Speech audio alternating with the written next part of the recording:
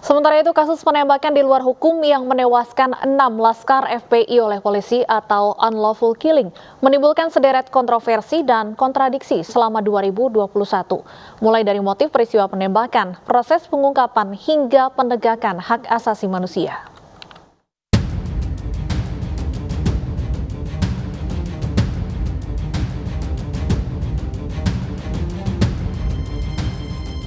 Peristiwa penembakan yang menewaskan 6 laskar FPI di kilometer 50 tol Jakarta Cikampek memunculkan polemik. Adanya perbedaan versi dan klaim antara polisi dan FPI akhirnya memunculkan pembentukan tim fakta independen.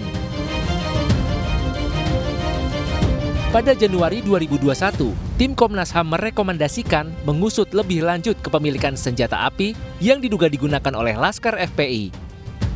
Namun Komnas HAM juga meminta proses penegakan hukum yang akuntabel, objektif, dan transparan sesuai dengan standar hak asasi manusia.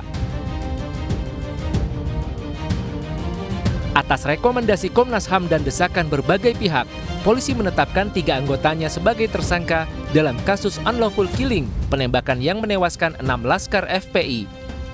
Namun 1 tersangka polisi dinyatakan meninggal dunia. Di tengah bergulirnya kasus ini, tim pengawal peristiwa pembunuhan TP36 Laskar FPI terus mendesak agar kasus ini diusut tuntas. Tim TP3 bahkan mendesak Presiden Joko Widodo dan Menko Polhukam Mahfud MD untuk mengawal kasus ini.